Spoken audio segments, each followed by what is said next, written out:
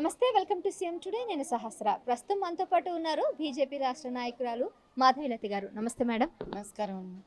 So నిన్న రీసెంట్గా జరిగినటువంటి దేవాలయం దాడి గురించి అక్కడ నిరసనలు భక్తులు వాళ్ళంతా కూడా చేశారు. సో అది గవర్నమెంట్ ల్యాండ్ మీద కావాలని కబ్జా చేసి వాళ్ళంతా చేస్తున్న దానికి మీరు మద్దతు ఎలా పలుకుతారు?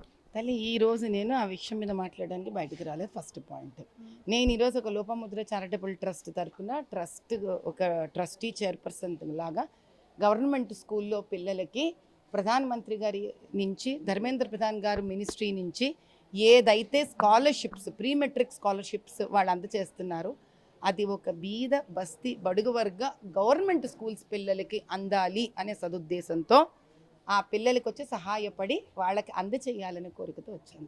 మేడం, ఇది ఒక నేషనల్ స్కీమ్, దీనికి ఒక ట్రస్ట్ పేరు పెట్టి మీరు ఇలా చేయడం ఎంతవరకు కరెక్ట్ అంటారు? నీ ప్రశ్న నీకే అర్థం కావాలంటే కనుక అది ఓపెన్ చేసుకొని చూడు తల్లి. ట్రస్ట్ ఇస్తోందని చెప్పట్లేదు ఎక్కడ. అర్థమైందా? ట్రస్ట్ అంటే ఏంటి? Non profitable organisations. వాళ్ళు ఏం చేస్తారు? ఒక చోట నిధి ఉంటే అది అందవలసిన వాళ్ళకి మాధ్యమంగా తయారయ్యి సహాయపడతారు. నీకు ఆ పేపర్లో ఎక్కడైనా ట్రస్టే డబ్బులు ఇచ్చేస్తోంది అని రాశానా అమ్మా? కాబట్టి మీ ప్రశ్నని కూడా పద్ధతిగా ఫ్రేమ్ చేసుకోవాలి. Thank you. అయితే వన్ మినిట్ మేడం. అండ్ ఇప్పుడు గోషమల్ల ఉప ఎన్నికలుగా జరిగితే మీరు పోటీ చేసే అవకాశం ఏమైనా ఉందా? ఇది తెలుసుకోవాలంటే పార్టీ అధ్యక్షులు ఉంటారు, పెద్ద ఆయన రామచంద్రరావు గారు. మీరు ఈ ప్రశ్న వారిని వెళ్ళి అడగాలి, నన్ను అడగకూడదు. ఎందుకు అని అంటే పార్టీ నా సొంతం కాదు కదా తల్లి. పార్టీలో పెద్దల్ని నియమించబడ్డారు. ఆ పెద్దలు ఎవరు ఏమి పార్టీలో చేయాలో చెప్తారు. So this question should be given to our president, party president గారు. ఆయన కరెక్ట్గా మీకు ఆన్సర్ ఇస్తారు. అండ్ ఇంకొకటి, ఎంఐఎంకి చాలా గట్టి పోటీ ఇస్తానని చెప్తా ఉన్నారు గత కొన్ని రోజుల నుంచి. జూబ్లీ హిల్స్ కాన్స్టిట్యున్సీలో కనుక అవకాశం వస్తే నేను వాళ్ళకి ధీటుగా వెళ్ళబోతున్నాను అంటున్నారు. మరి ఏమైనా అవకాశం ఉందంటారా?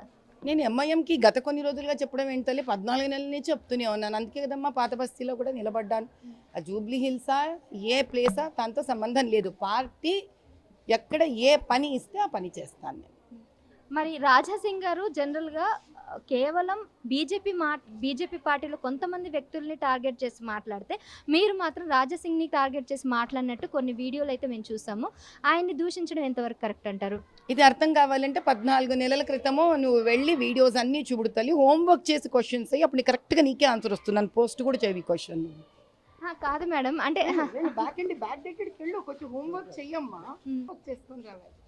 Right madam, thank you. So చూసారు కదండి, ప్రస్తుతం ఉన్నటువంటి ఒక స్కూల్లో తను ఒక చారిటబుల్ ట్రస్ట్ ద్వారా నేషనల్ బ్యాంక్ స్కీమ్కి సంబంధించి తను ఒక పిల్లలందరికీ కూడా స్కాలర్షిప్ ఎలా ఇస్తారు ఏంటి అనే దాన్ని కూడా అవేర్నెస్ ఇవ్వడానికి అయితే మాధవీలత గారు ఇక్కడికి రావడం జరిగింది. సో దానికి సంబంధించిన అప్డేట్స్ అన్నీ కూడా ఇక్కడ తను వాళ్ళ టీంతో వచ్చి ఈ బృందం అంతా కూడా స్కూల్ని అయితే పర్యవేక్షించారు. Over to studio, this is Sahasra.